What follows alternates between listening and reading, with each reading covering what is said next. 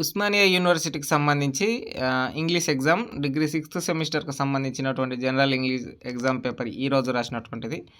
చూడండి section A as it ఈస్‌గా framing questions మరియు ఏదైతే అండర్‌లైన్‌కి సంబంధించినటువంటి ఫ్రేమింగ్ క్వెషన్స్‌కి సంబంధించి, అట్లాగే ఫిల్ ఇన్ ద బ్లాంక్స్ మరియు ఫాలోయింగ్ రీరైట్ సెంటెన్స్ అనేటటువంటిది, రిపోర్ట్ రైటింగ్ మరియు డెవలప్ ద కంటెంట్.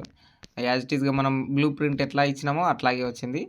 ఇక సెక్షన్ బిలో ఒక క్వశ్చన్ మాత్రం జస్ట్ అది 9th క్వశ్చన్ అనేటటువంటిది ఏ క్వశ్చన్ బి క్వశ్చన్ గాను, బి క్వశ్చన్ ఏ క్వశ్చన్ గాను రావడం జరిగింది.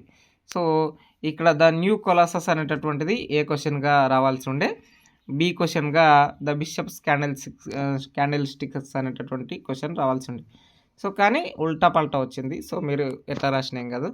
ఇక 10th క్వశ్చన్ మటుకు చూడండి, క్రిటికల్ రీడింగ్ అనేటటువంటిది మీరు కంటెంట్ని డెవలప్ చేయగలగాలి. సో ఇక్కడ మీకు ఇచ్చినటువంటిది ఎక్కడి నుంచో బయట నుంచి వచ్చిందని మీరు అనుకోకండి. చూడండి 10B question higher education, 10A question letter to George లాథమ్కి సంబంధించినటువంటి. సో ఇక్కడ మీరు ఈ పదం బెనిఫిట్స్ ఆఫ్ ఫెయిల్యూర్ అనేటటువంటి పదం చూసినప్పుడు, అట్లాగే పబ్లిక్ స్కూలింగ్ అనేటటువంటిది చూసినప్పుడు మీరు ఈ లెసన్లని గుర్తుపట్టి రాయగలగాలి. సో ఐ హోప్ అందరు మంచిగా రాసిండ్రని నేను అనుకుంటున్నా.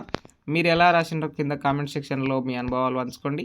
నా వీడియోలు మీకు ఒకవేళ బెనిఫిట్ చేసి ఉంటే మీ ఫ్రెండ్స్ అందరికీ నెక్స్ట్ వీడియోలు కూడా చదివేటప్పుడు మీరు షేర్ చేయండి. సబ్స్క్రైబ్ చేసుకోండి. 150,000కు ఇంకా ఒక 2-3 వేల సబ్స్క్రైబర్లే తక్కువ ఉంది కాబట్టి 150,000 రీచ్ కావాలన్నది నా గోల్. సో మీరు ఖచ్చితంగా అందరూ షేర్ చేసుకోవడానికి ప్రయత్నం చేయండి.